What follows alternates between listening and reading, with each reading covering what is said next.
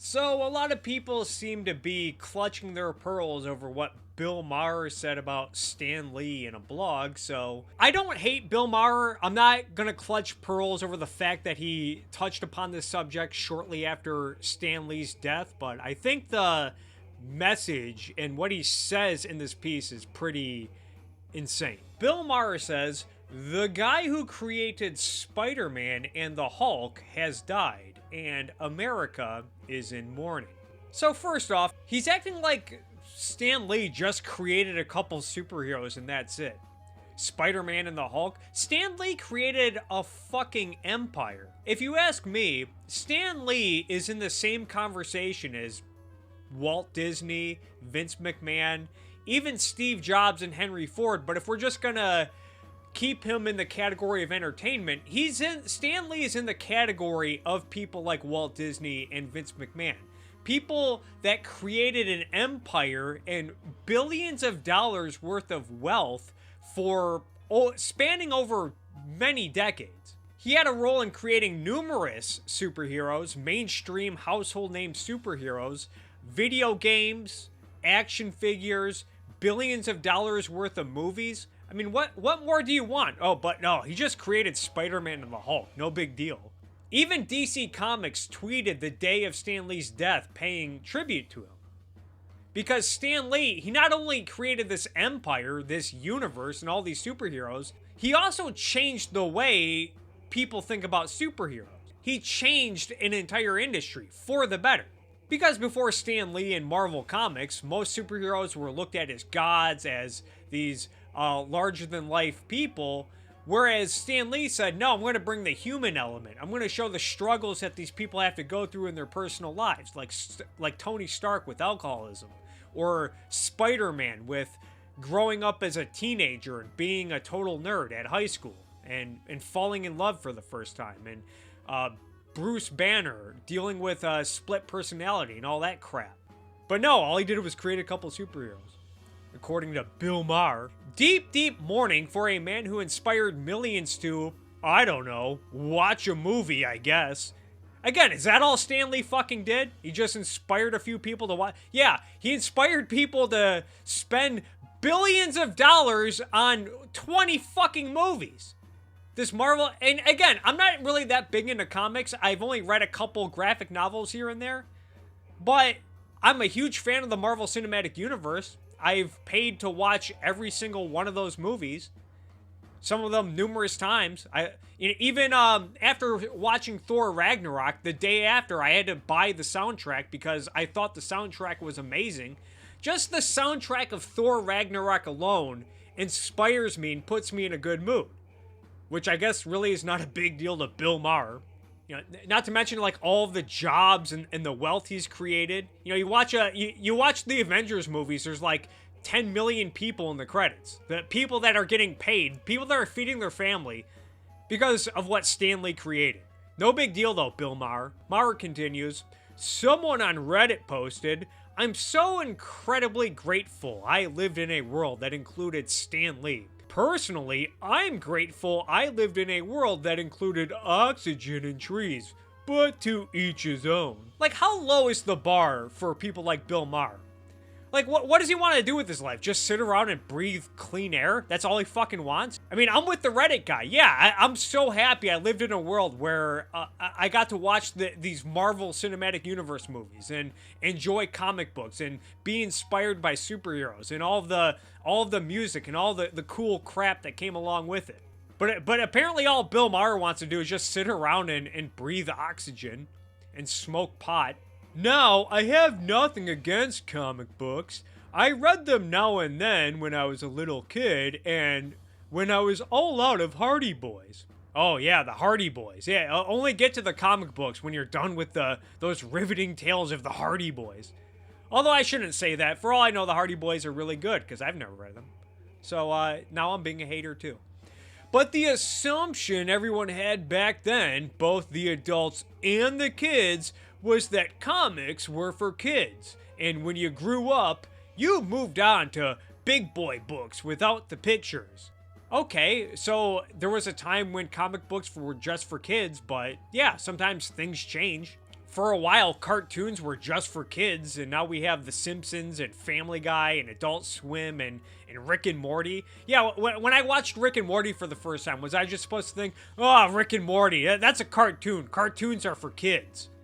Or what about video games? Video games, a lot of those are geared towards adults with the graphics and the violence. And yeah, since the 1980s, as far as I know, a lot of graphic novels have been geared toward adults, and it's not just about the violence and the bloody pictures, it's about the messages. Like, is a 9-year-old really gonna pick up Watchmen and understand the geopolitics at stake in Watchmen? Is a 10-year-old gonna understand V for Vendetta and why the villains are bad? But then 20 years ago or so, something happened. Adults decided they didn't want to give up the kid stuff. And so they pretended comic books were actually sophisticated literature.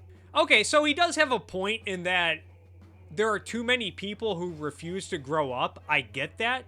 But I think perhaps the obsession with comic books may be a symptom of the problem, but not the cause of the problem. But also, who the fuck cares? Are adults not supposed to have fun and enjoy their lives? Are adults not supposed to go out and enjoy a day at the movies with their family by watching Spider-Man? Are adults not supposed to, maybe pick up a PlayStation 4 and some Red Dead Redemption? Adults just supposed to, sit around and breathe oxygen?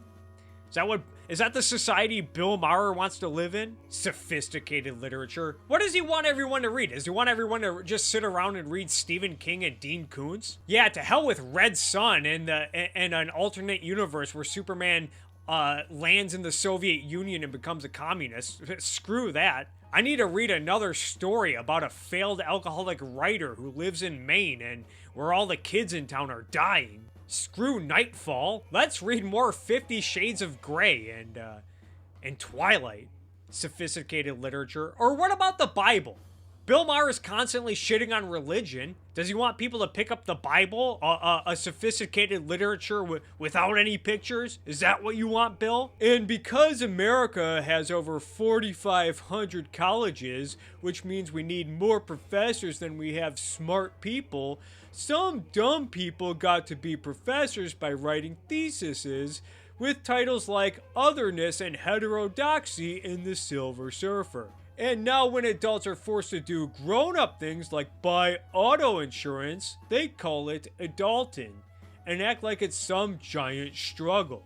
Yeah, Bill, sometimes shopping for auto insurance is a pain in the ass. These damn adults wanting to play the new Spider-Man game on PlayStation 4 rather than call up Farmers and Geico and Allstate to compare rates. People these days. I'm not saying we've necessarily gotten stupider. The average Joe is smarter in a lot of ways than he is in, say, the 1940s, when A Big Night Out was a Three Stooges short and a Carmen Miranda musical. So now he admits that people back in his day weren't so smart. Yeah, Bill, maybe the whole assumption that comic books should just be for kids was not a great assumption either. You ever think about that? The problem is, we're using our smarts on stupid stuff. And this is my biggest problem with this whole piece, is the fact that Bill Maher totally disregards art as stupid. Because when he talks about stupid stuff, he's talking about comic books, which is a form of art.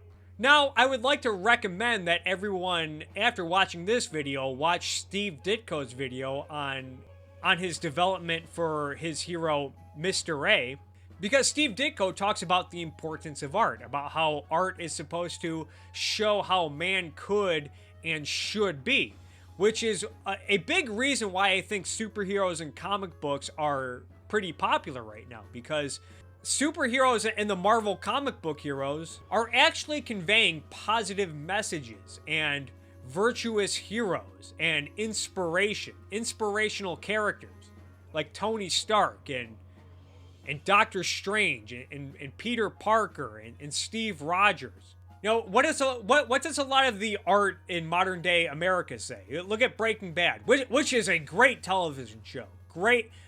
I think the greatest show, one of the most perfect pieces of art I've ever seen is Breaking Bad, but who are the heroes in Breaking Bad? Who are the heroes? Walter White, is he the hero? Is Hank the police officer, the DEA officer, is he the hero? Even though he's completely willing to throw Jesse Pinkman to the wolves in order to get Walter White? No, everyone in Breaking Bad is corrupt on some point, and no one really seems to be good or virtuous. You know, Rucka Ali touched upon this in a recent stream with Dreadmere, where he was talking about all these anti-heroes and how they're so cynical and how I could totally kill these rich people and get away with it. Like, these are the heroes of our time. These are our heroes. It's American Psycho and Tyler Durden and Walter White. You know, even stepping outside of comic books, I think this is a big reason why Harry Potter is popular. Why is it that the kids' heroes are the ones people are looking to? The kids' stories, those are the life-affirming, positive values, inspirational messages that people are really embracing. By the way, would Bill Maher have this same opinion if Stan Lee used his smarts on a career in stand-up comedy or liberal punditry? Absolutely fucking not. I don't think it's a huge stretch to suggest that Donald Trump could only get elected in a country that thinks comic books are important. Is that Donald Trump's voting base? Is that his prime demographic? Is people and nerds that read comic books? You see a lot of Make America Great Again hats at Comic-Con?